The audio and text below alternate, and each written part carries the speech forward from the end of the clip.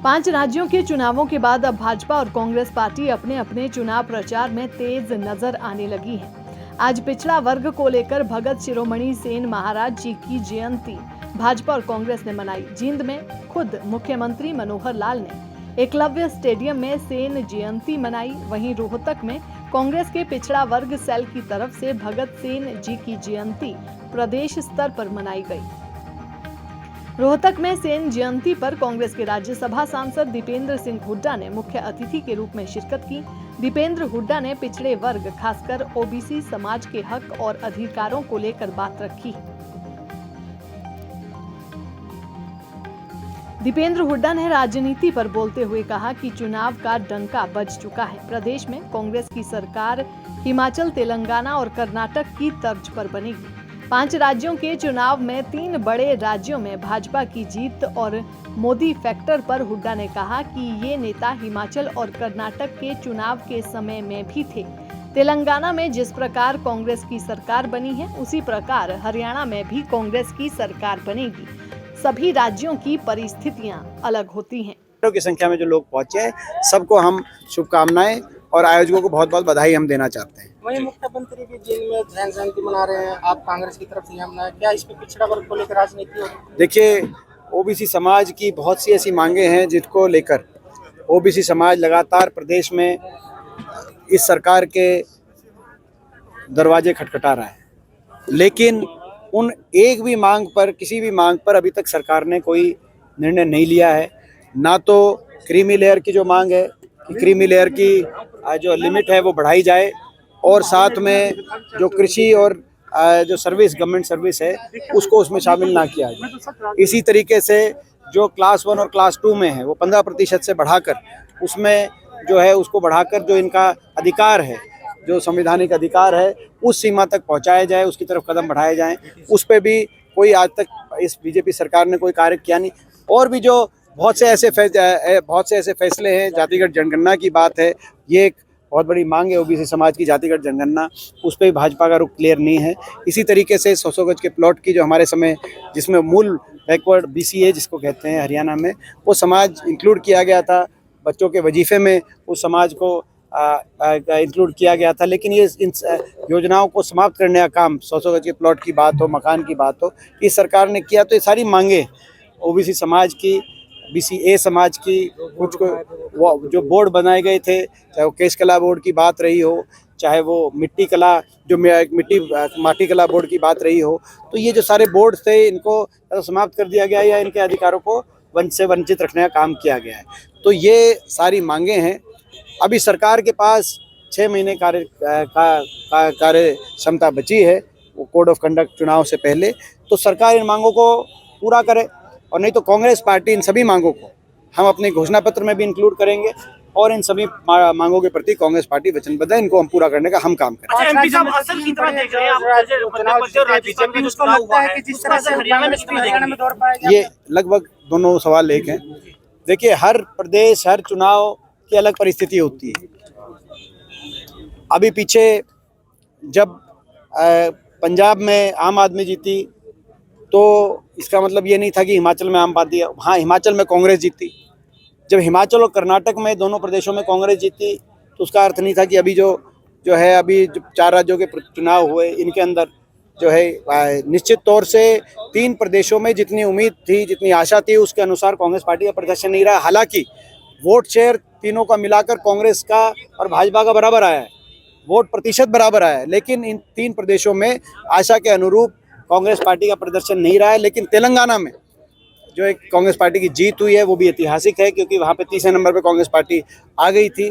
तो तेलंगाना की जीत पे हम कांग्रेस पार्टी के वहाँ के सभी कार्यकर्ताओं को बधाई देते हैं। बाकी जगह भी तीनों प्रदेशों में अलग अलग परिस्थितियाँ रही, कांग्रेस के कार्यकर्ताओं ने मेहनत करी, उनको हम जो है अपनी तरफ से यही बधाई देते हैं कि आपने ईमानदारी से मेहनत करी। हरियाणा की जहाँ तक बात है, निश्चित तौर से मैं कह सकता हूँ, हरियाणा में जो तेलंगाना में आपने देखा है, तेलंगाना जो आपने देखा है, वो तो एक झांकी है। पूरी पिक्चर हरियाणा में दिखाना बाकी है, क्योंकि हरियाणा के अंदर इस सरकार, जो बीजेपी जेजेपी की सरकार है, जैसे तेलंगाना की सरकार वहाँ पे लोकप्रिय हो गई थी, या हिमाचल की भाजपा की सरकार, हरियाणा में तो और भी ज़्यादा। और जिस रूप से हम लोग हरियाणा में मेहनत करें, हुड्डा साहब के नेतृत्व में, और चौधरी उदय भान जी की अध्यक्षता में हरियाणा में निश्चित तौर से बदलाव होगा। दोबारा से मैं कहना चाहता हूँ, तेलंगाना एक झांकी है, पूरी पिक्चर हरियाणा में दिखाना बाकी। राजस्थान में कांग्रेस की सरकार है, लेकिन सचिन पायलट और गहलोत क्या मानते हैं? देखिए, मैंने कहा हर राज्य की अलग परिस्थिति। आपको याद होगा कि 2018 में इन तीनों राज्यों में कांग्रेस पार्टी जीती थी। उसका अर्थ ये नहीं था कि उसके बाद हरियाणा का पे कोई जो हरियाणा में जो है उस समय भारतीय जनता पार्टी की परिस्थिति बनी। इसी रूप से अगर 2008 का देखें, 13 का देखें, 8 में यहाँ पर इन प्रदेशों में जो ये प्रदेशों की आप बात कर रहे हैं, वो इन प्रदेशों में बीजेपी जीती है, 7 जीती है, लेकिन 9 में कांग्रेस रिपीट होगी हरियाणा में।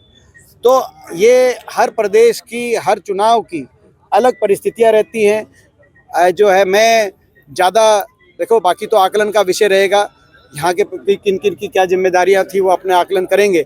मैं राजस्थान में हरियाणा के सटे हुए इलाके के अंदर मेरे को चुनाव प्रचार करने का मौका मिला, जो हरियाणा के शेखावटी बेल्ट कहते हैं, राजस्थान की किसान बेल्ट उसको कहा जाता है। और वहाँ शेखावटी में 35 सीटों में से 29 सीट कांग्रेस पार्टी जीती। चुरू, झुंझुनू, सीकर, सारा जयपुर तक कांग्रेस पार्टी की एक सारी लगभग सीटें कांग्रेस पार्टी की जीती हैं शेखावटी क्षेत्र के अंदर। तो ये एक मैं समझता हूँ कि इस जहाँ जिस क्षेत्र में मेरे को चुनाव प्रचार के लिए जाने का अवसर मिला, हरियाणा के साथ लगता इलाका, वहाँ कांग्रेस अच्छा प्रदर्शन रहा। बाकी जगह का क्या आकलन है तो मैं उस बारे में नहीं बता सकता आपको। मैं तो वहीं बता सकता हूँ जहाँ मैं गया हूँ, मैं तो उसी के बारे में आपको जानकारी दे सकता हूँ। नहीं तो मैं तो हरियाणा के साथ वाला इलाके में जाने का अवसर मिला। हरियाणा के साथ आप ये देखो, चुरू की सारी सीट, सीकर की सारी सीट, झुंझुनू की सारी सीट, हनुमानगढ़ की सारी एक को छोड़ के सारी सीट, राजगढ़ में एक जो है एक को छोड़ के जो है सारी सीट एक को छोड़ के। तो आप ये देखिए कि यहाँ इस इलाके के अंदर मैं तो वहीं का बता सकता हूँ आपको जहाँ का। सनातन का नारा चल रहा था, क्या वो हैवी रहा? देखिए ये मैं समझता हूँ कि जो है जहाँ तक जो कोई नारा, कोई जो सनातन की जो आप बात कह रहे हैं, वो जो है किसी एक दक्षिण की किसी पार्टी से संबंधित किसी व्यक्ति ने उस पर टिप्पणी करी थी और कांग्रेस पार्टी ने उस टिप्पणी की पूर्णतः निंदा करी थी कि इस टिप्पणी का कोई लेना देना कांग्रेस पार्टी का साथ। तो देखिए, ये मैंने हर प्रदेश की अलग परिस्थिति है। तेलंगाना में जहाँ बीजेपी दूसरे नंबर पे थी, वहाँ पर क्या कारण रहा कि भाजपा तेलंगाना में जो है ना सिर्फ अब तीसरे नंबर पे आ गई, मगर कांग्रेस के प्रचंड बहुमत से सरकार बनी। तो तेलंगाना के अंदर क्या कारण रहे, उससे पहले हिमाचल में क्या कारण रहे?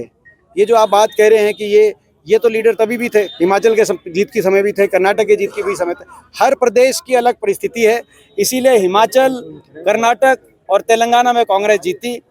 3 प्रदेशों में बराबर मत प्रतिशत लेकर भी कांग्रेस पार्टी को आशा के अनुरूप सफलता नहीं मिली।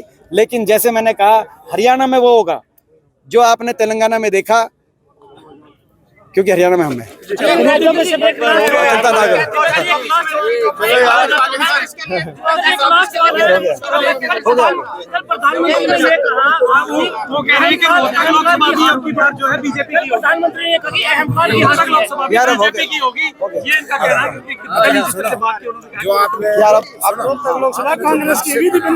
अच्छा, एक बात, ये पिछली बार आपका जो आपने देखो, एक बात रह गई थी, हो गया था नहीं, वो नहीं, एक बात वो नहीं, ये जो ओबीसी समाज को कांग्रेस पार्टी द्वारा पिछली बार ये जो हमारे देवेंद्र भाई हैं, इन्होंने उस बात को ठीक से तो तोड़ मरोड़ के प्रस्तुत कर दिया लोगों के बीच में।